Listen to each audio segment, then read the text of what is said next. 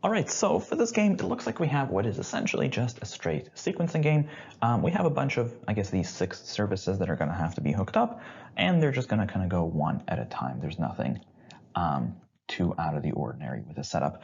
The elements themselves, we have GLP, STW, and from there, I guess let's take a look at the rules. So the first rule tells us that W has to go earlier than L. So we'll have to have the W before the L. Next, we are told that P has to go before both G and S. Now we can't really connect these, so I guess we'll just set this up separately. P is before G and S. Next, the appointments for second and third cannot be G, S, or T. So that's kind of a big one. So 2 and 3 cannot be a G. They cannot be an S. They cannot be a T. In fact, let's kind of leave a reminder here. G, S, and T. All of these guys cannot be here. They cannot be there. Although, wait a minute, G and S. So G and S have to go after the P, don't they? So they certainly couldn't go first either. So I suppose G and S, I mean, T is a bit more flexible, but G and S are kind of stuck somewhere between these 3 positions. That's not too bad.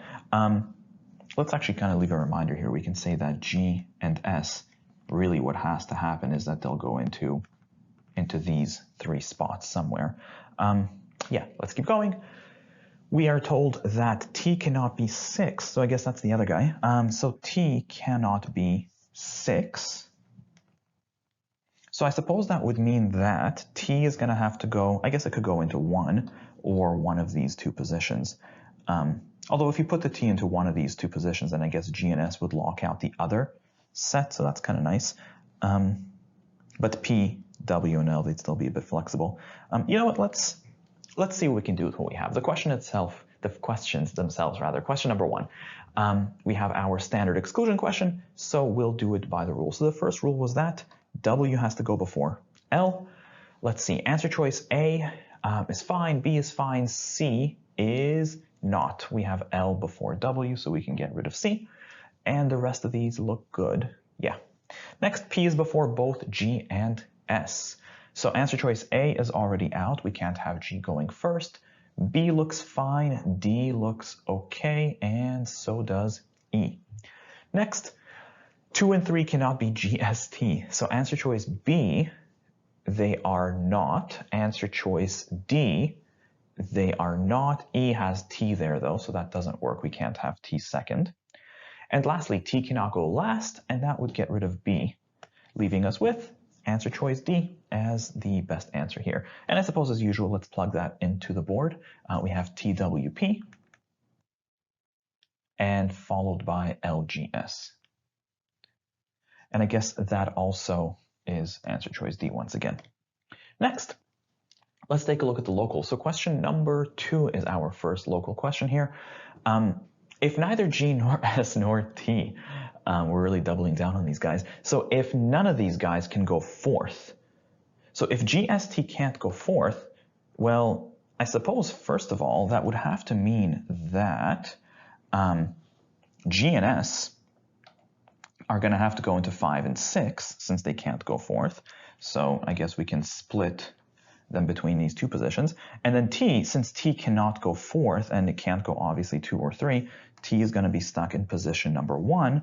And then who does that leave us with? I guess that's just W, L, and P. P just has to go before these guys, so P can go anywhere here. But W and L, they do have their internal kind of relationship. I guess what we could do is we can have P/W before L. Anyways, from there, let's take a look at the question. The question asks which must be true. Answer choice A, G is scheduled for 5, and that we're not sure about. G and S could still go either way, so it doesn't have to be true. Answer choice B, P is scheduled for 3. Again, we're not 100% on where P goes. C, S for 6, and again, we don't know that for sure. Next, T for 1, and there it is. Yeah, T definitely would have had to go first. The best answer to question number 2 is D. Next, question 3 is global, so is 4. So we'll come back to these in a moment. Let's take a look at 5. If neither G nor S is scheduled for 6, so we're doing that thing again. So if G and S cannot go into 6, so first of all, that means that these guys will have to go into 4 and 5. We just don't know exactly which one is which. Except, wait a minute, T, as a result, T can't go 6, and since he can't go into any of these, T has to go into position 1, so that's kind of nice. And then we are left with P, W, and L. So P would have to go before the G and S somewhere over here, but I guess what that means is that W before L, in order to make that work, is we're going to have W also somewhere here, and then L is going to have to go last, and we can just do a PW split over here. So to the question now, which of the following must be true? G5, again, we're not 100% on where exactly the G goes. L6, and there it is. L definitely has to go. 6, best answer to question number 5 is B. Next, back to the global questions. Question number 3, which of the following must be true? Let's take a look. Answer choice A. L goes before T. Well, actually, no, this one's an easy knockoff because we know that L could have gone into 6. So L didn't have to go before T. Answer choice B, P goes before L. Did that have to be true? And no, because I mean, in this scenario, we could have easily had W, L, P. So P never had to go before L. Next, answer choice C, T goes before G. Now, I suppose in every scenario so far, T has gone first, but does T really have to go before G? Because I mean, we talked about how T could have gone into one of these two positions. So couldn't we potentially have had, for example, T in number 5, and then G could have gone into 4, and then S would have gone into 6, and that seems easily fine. So I don't see that T has to go before G. Answer choice D.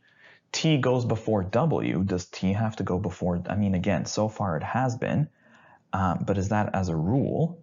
Could we have the T, and again, yeah, why not? If the T goes into 5, just like we said, G and S would split between 4 and 6, and then T could have easily gone after W because W would have been in 1, 2, or 3. So that easily could have happened. It doesn't have to be true. Answer choice E. Cross your fingers. Water is before G. Does W have to go before G? Now, again, so far it has. In every single scenario, the W's always been before G, but does it have to? Actually, I suppose it does, because, I mean, we know G is restricted to these 3 positions along with S. So in order to have the W after the G, we would have had to have the W somewhere over here. But that's not going to fly, because if you put the W between 4, 5, 6, then you're going to have to carry the L as well. So you would have to take up, for example, you would put W into 5 and L in 6, and then G would go 4, but then there's no room for our S. If you shove the W into one of these 3 positions, you'll have to carry the L, and then there wouldn't be space for both G and S to go down there, so that wouldn't work. So it turns out that W does have to go before G. Best answer to question 3 is E. Next, question number 4. Which of the following cannot be 4, 5, 6? All right, let's go. Answer choice A. Could we have GSL there? And yeah, historically, we've actually seen it. In this scenario, we easily could have done GSL into 4, 5, 6. Answer choice B. Could we do LSG? And I suppose actually in this scenario, L could have gone into 4, and then S and G could have easily followed into 5 and 6. Answer choice C. Could we do PSG? And actually, yeah, in this scenario, again, the P could have shuffled between any of these positions. So we could have had the P over here, and then WL would have gone into 2, 3, and then S and G 5, 6 are fine. So that could have happened. D, could we do TSG?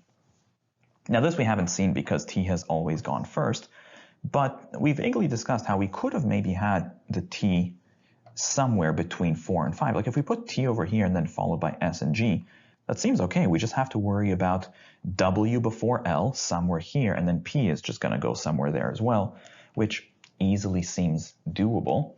Answer choice E, WGL, and oh no, that we just kind of talked about. If we put a W into 4, then already you're going to have L somewhere here, and then you're not going to have S and G. So specifically, we can't do WGL because there's no space for S.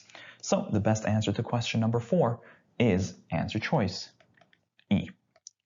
Lastly, question number 6. This is our substitution question. So we're trying to apparently replace this last rule that says that T cannot go into 6, effectively this guy right there. Now, remember, a good answer choice for this kind of question is going to be two parameters. It's going to be something that always had to be true per the original rules, and something that will ensure that this rule will be maintained, that t is never going to go into 6.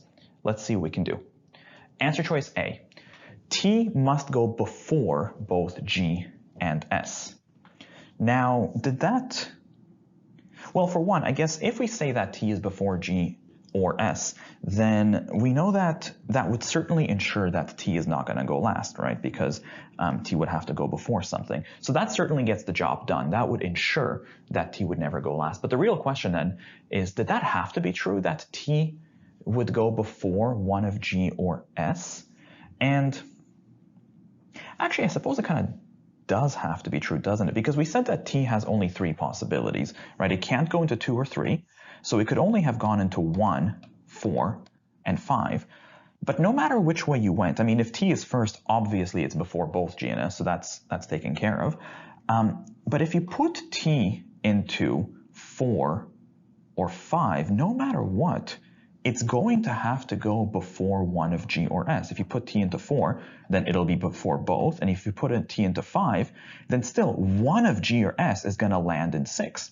So you'll notice that this answer choice, it actually did always incidentally have to be true.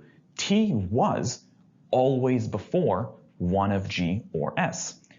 And moreover, as we said, if we implement this as a rule, if we say that T has to go before one of G or S, well, that certainly ensures that T is never going to go last because it has to go before something. So answer choice A actually works pretty well. The best answer here is A. Just in case though, let's take a look at the other answer choices. Answer choice B. T has to go immediately before G or S. Now this we can disqualify because it never had to be true. We've seen every single scenario we've seen has had T in the first position where it didn't go immediately before G or S. So since this never had to be true, this would not be a good substitution. It would create a restriction that never existed. Answer choice C. T must be before L. Now, to be fair, every single time we've seen that, we have had T go before L. But did that have to be true as a rule? And we kind of talked about how it didn't, because T could have easily gone with G and S between 4, 5, 6. So there were situations, we just don't have them on the board, where T could have gone after L. Because C never had to be true, it wouldn't be a good substitution. Answer choice D. If T is not in 1, then it has to go immediately before G. Now, if T wasn't first, did it have to go right before G? And no, I mean, arguably, if T wasn't first, couldn't we just as easily have had, for example, T go into 4 and S go into 5? So it would go immediately before S instead. So again, since D never had to be true, we can disqualify it. Answer choice E. Either G or S has to go 6. That also never had to be true. L could have gone 6 just as easily. So that gets rid of L. And once again, the best answer here is answer choice A.